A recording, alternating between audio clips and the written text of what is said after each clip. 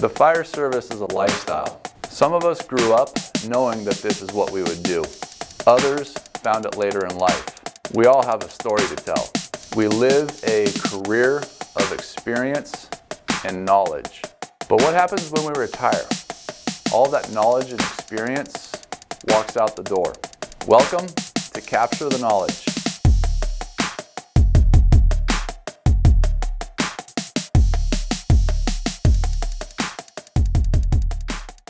Hello, Metro Fire.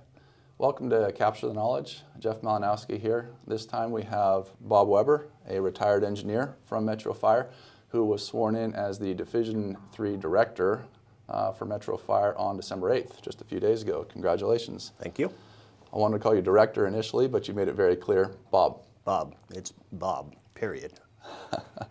Thank you for coming in, Bob.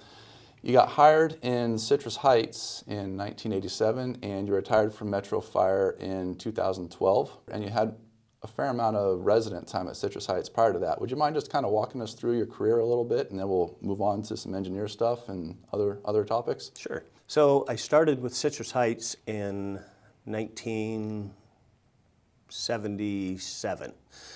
I was, at the time they called it was similar to the ROP program. So I started at 17 or 16 and a half, and then the day that I turned 18, November 12th, 1977, I moved into the firehouse.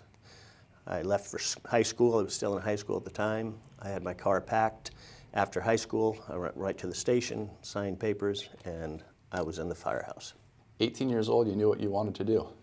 Well, it started actually at 14. Back then, I don't know if it's still true, but you have to have a work permit. So I started with Sunrise Rec and Parks, and then I was a janitor at Lewis Pasteur School, and my counselor at the time said, "What do you want to do?"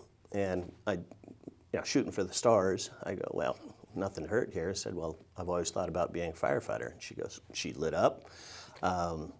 The following week, I had a interview with then Chief Stoddard and Captain Ray Baxter, who was a captain at Station 22.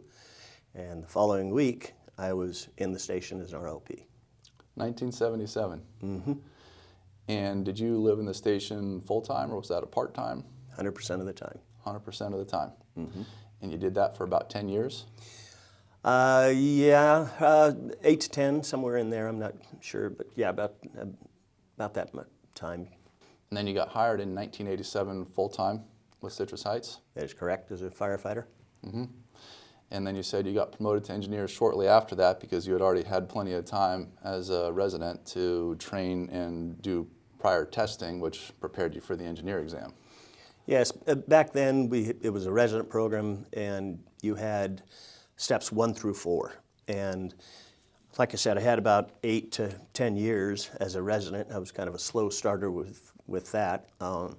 But in that period, if you were able to drive an engine as what they called an R3 at the time, but in order to take full shifts as an engineer, you had to pass an R4 test. So I was a firefighter for many, many years and had a great deal of experience there.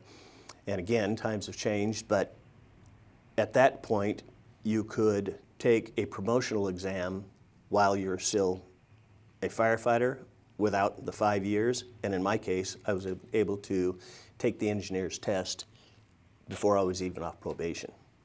Which means you made engineer in the late 80s. Correct, 89, I believe. And you retired in 2012, so if we do the math, that's 23, 25 years as an engineer or something like that. What would you pass on to engineers? You spent a lot of time in that seat.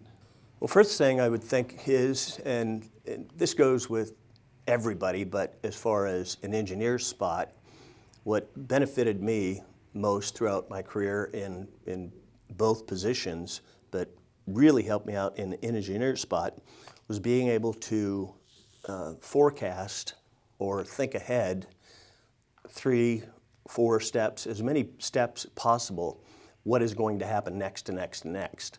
And in doing so, as far as when I was on an engine, I knew that just looking at the situation, what lines might be pulled and getting ready for that. And then certainly on the truck, I was Hey Bob, and that's what I was called throughout most of my career, because folks would come to me for all kinds of things. What I would pass on to engineers, and this goes to all ranks, is know your job better than anybody else knows your job. And if you do that, you don't have to talk about it. You just do your job, and people will recognize that, and you will gain a great deal of respect by just doing your job and knowing your job better than the next guy. I realize it's been a while for you, but do you remember how you learned your job initially? The old timers. Again, when I was a resident, we had, back in the day, it wasn't such a hardcore situation. It was more like a family back then. And so the old timers would take you under their wings, and even before I knew how to pump, I would be pumping. I would be doing hydrant hookups at Station 22. Back then we would water the lawn. We called it a stang back then, and now it's a monitor. But we would water the lawn. So the whole process was you would have to go down, start flowing water, do a hookup, change over from tank to hydrant. And so a great deal of knowledge was passed on informally from the old timers. And it was invaluable to me personally. Unfortunately, we don't see a lot of that right now, or at least not when I retired. I kind of had a bad habit that if somebody came to me, I had no problem whatsoever vomiting knowledge on them. But I would not go out of my way to pick somebody and try to teach them something. If somebody had the hunger for it, absolutely. But again, it was a bad habit for me, I feel now, that I didn't see somebody and grab them and go, hey, come with me for a while. And I think that we should, it would be nice if we got back to the old timers' way of thinking, take a look at somebody that may be struggling, and pull them under your wing, take them down back, just talk to them, and do simple things like that. Even if they're not an engineer, make them walk through your job a little bit. To get to that Hey Bob level, how to get younger members where they need to be that Hey Bob level? Well, first and foremost, there has to be some ownership in the individual that is either seeking that education and or training. But for me personally, I didn't sit down a lot. When I was an engineer on an engine, I don't mean to undermine that, but that was a relatively easy operation. But when I became a truck individual, and then certainly with a rescue, I would go out every single day and take something off of that rescue, and I would take it apart just to know how it worked.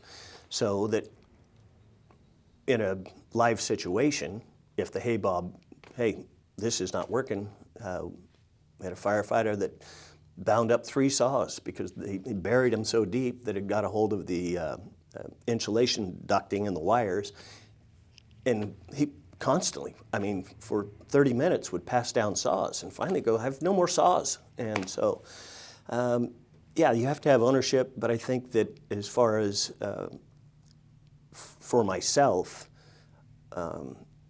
again, dissecting any portion of my job and the equipment that I'm responsible for, to take ownership and know how every single thing works down to the smallest detail. You're there 48 hours. You're not running calls all of the time. There is plenty of opportunities for you to go out. And even as an engineer, just run through the numbers as far as your pumping operations goes. And have if you're lucky enough to be at a multi-company house, have the other engineer come out and scribble down something with a grease pencil on the side of your engine, and without the cheat sheets, work that formula out. I mean, you've got plenty of opportunities to better yourself.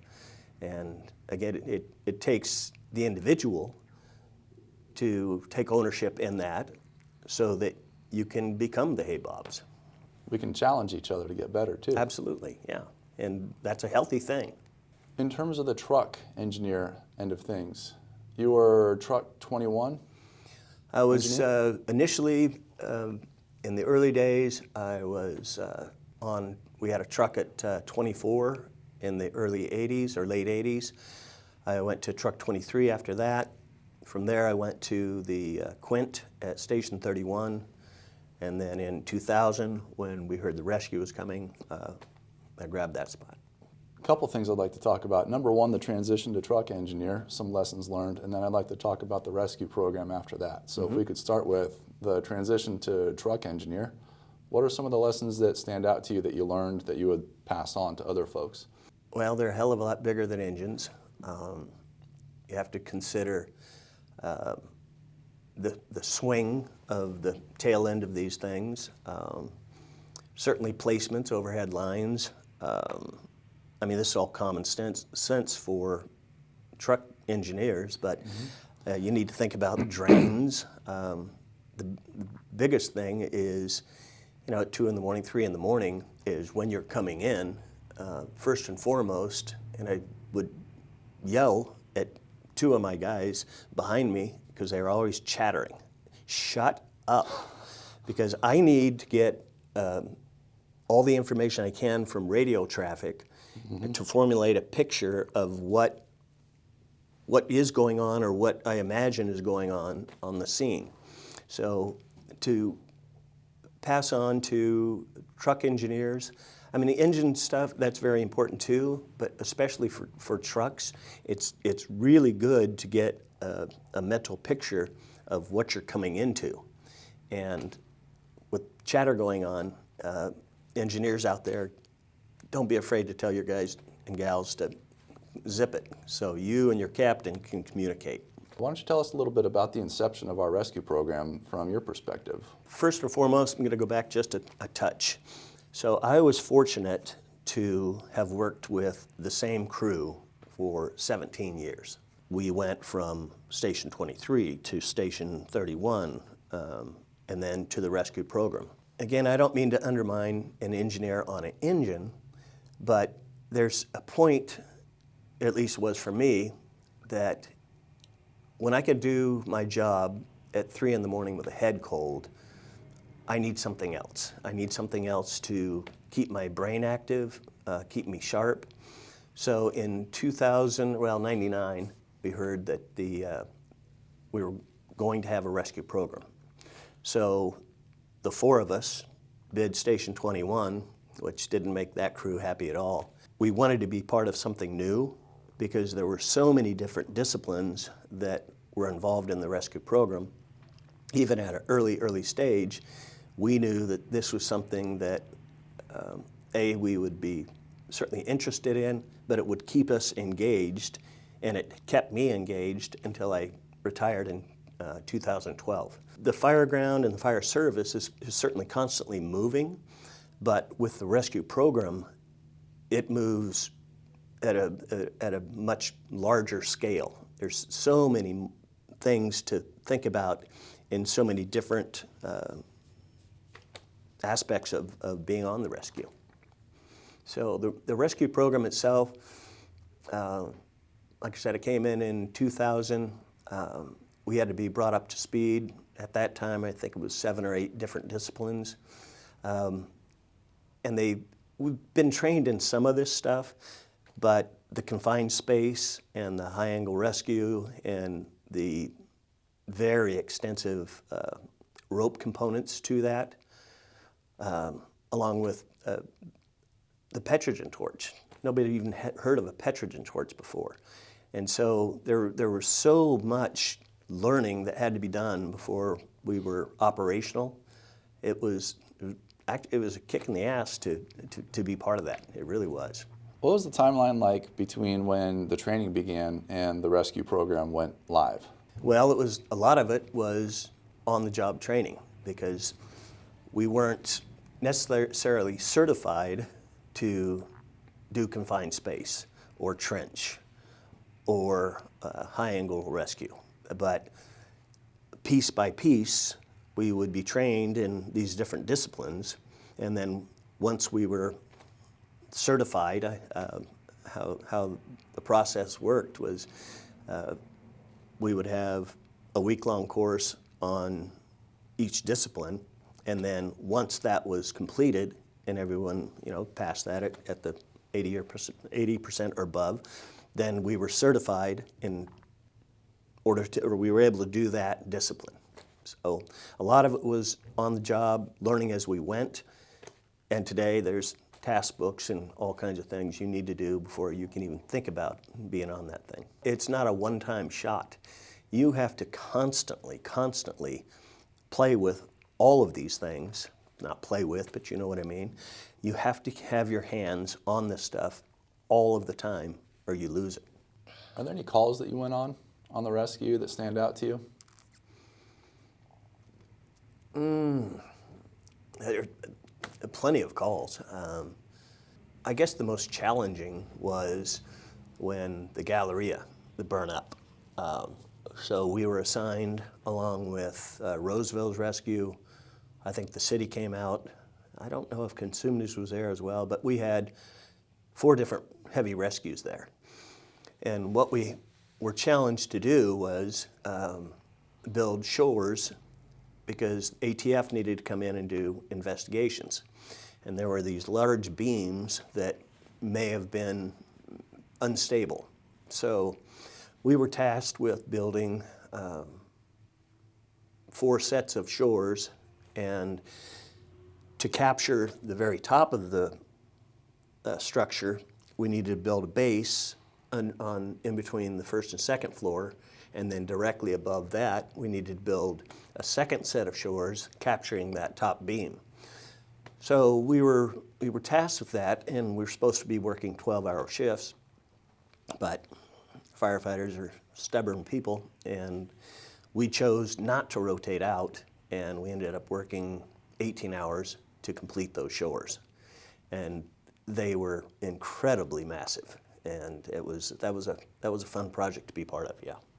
It was nice at that time because, and again it goes back to that hay bob, my captain was in charge of logistics, and so he was out doing logs job, and we had another captain came in, and he didn't know a single thing about the rescue program, and he couldn't put 2 2x4s together.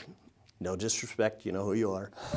But I was put in charge of one of the 4 teams. And again, my crew, we worked together very, very well. But we had other members we had firefighters there from all Roseville, Folsom, everywhere. And so what was very helpful, at least for my team, on our rescue, we had pictures of everything that we needed to build and a flip chart on how to build those. So I took those and I duct taped them to my 4x8 workstation, and my team, I would come in and go, okay, this is where we're starting. And we're going to go through this process, and we were able to build 2 of the 4 shores with my team, and the other 2 teams built the other 2 shores. And it wasn't because my team was better than anyone else, it was they had a visual of what's going on opposed to me telling you how to do this. So that was very helpful. We're talking about folks that have retired. We're going back a little bit. You wanted to touch some more on what it was like when you grew up in the fire service. Mm-hmm. Tell us what you're thinking. Okay. So if you can imagine being an 18-year-old kid, still in high school, so you're working at the fire station, running calls at night, working calls on the weekend, but you're still going to classes during the day, and then you could take a shift at 5 o'clock on to relieve somebody.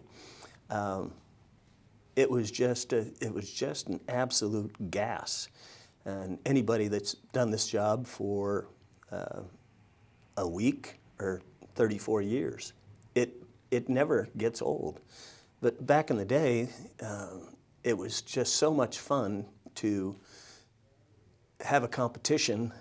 So the bells go off, and if you were the first one on the rig, and back then we rode tailboards, which in itself is just a kick. It may not sound fun in a rainstorm or a hailstorm, but it just was a gas. And we talk about family in the fire service, and I know that that's still very true, but it seemed to be much more prevalent back in the day because A, we didn't make the money that we make today, and so everybody had second and third jobs, and if I had a specific skill that one of my buddies needed, such as framing or concrete construction work of any type, we would always pitch in at somebody else's house to do that, and you wouldn't blink at that. And we used to have actual functions where at least 30, 40, 50% of the entire department would show up at. And I think that it's been lost over the years. People are too busy, but we're still a family, no doubt. But it just seemed to be a little bit more of a tight-knit family back in the, as I'm an old man now, back in the old days. But it seems like it's ancient history that we had open cabs and we were riding tailboards and we were not using BAs. You were kind of less of a firefighter. If you had to put a BA on, we didn't have ear protection, and that's why most of us old guys, especially engineers, are deaf in their left ear. So the technology and the safety aspect, it has come so far.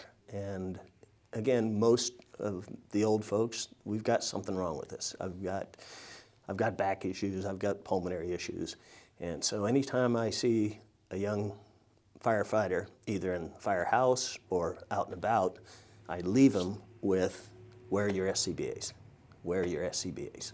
So, We want to get to enjoy our retirement. well, that and the most important thing, I think, in the fire service is taking care of each other. So if I'm broke, I can't take care of you, and vice versa. So yeah, you got to make a very conscious effort to take care of yourself in order to take care of your buddy, in order so we can all take care of the people that we're serving. And continue that camaraderie that we have in the firehouse. Yeah. And off duty. There's a funny story about that, the camaraderie in the family. So my son graduated 5 or 6 years, maybe more than that, from back in Nebraska. So we go back to Nebraska for his graduation. And the day before his graduation, my wife tells me, oh, by the way, you need to prepare a brunch lunch for 40 people. And, what? When were you going to tell me this? And she goes, I'm telling you now. I go, okay, where's the closest firehouse? Boom, boom, boom. They tell me. I run over there. I talk to the captain. I relay my situation to him. He goes, no worries. You go over to the Piggly Wiggly and you buy some briskets and bring them back here. I gave them to the crew. They smoked 4 30, 40-pound briskets. I made 20 pounds of potato salad using the kitchen. So that is the fire family. I feel very comfortable anywhere in the world walking into a firehouse because I've got the history and I'm part of that family. And that is, that's an incredible feeling, it really is. And you're taking that feeling and you're assuming a new role as of 5 days ago. Mm-hmm. Board of Directors. You Yes. insisted on Bob today, but if we're talking about Director Weber, you're taking on a new role in the fire service. You want to talk about what your thoughts and your goals are for that? Well, first and foremost, I am still Bob. If I'm in the boardroom, there's certain protocol, I understand that, but I'm still Bob. I'm still a firefighter at heart. How this even came to be, I owe a debt that I will pay to two individuals. One is my son, one is my godson. There was a unit meeting, and they were looking for new blood, if you will. And my son and my godson threw my name in a hat. So, I don't know, 3 weeks to a month later, I get a call from the vice president of the union asking me if I would entertain this. And my initial reaction was, hell no. I'm fat, dumb, and happy in my own little hula hoop at home. I do a lot of woodworking, furniture building. I hunt, I fish, I golf. I said, why would I want this headache? Because it's very similar, I think, to a union position, that it's a great deal of work and kind of a thankless job. And so I told the VP, I said, it's not a hard no, I will come down and talk to you, but I see no benefit in me doing this. So I went down and I had a meeting with the E-Board, and they said they undersold this actually. Easy peasy, it's 2 days a month, 2 meetings a month. I think you would be very beneficial in this. And I'll touch on what they said in a moment, but I have been working nonstop for 45 days before I was even sworn in. So the 2 meetings a month, that is fictitious.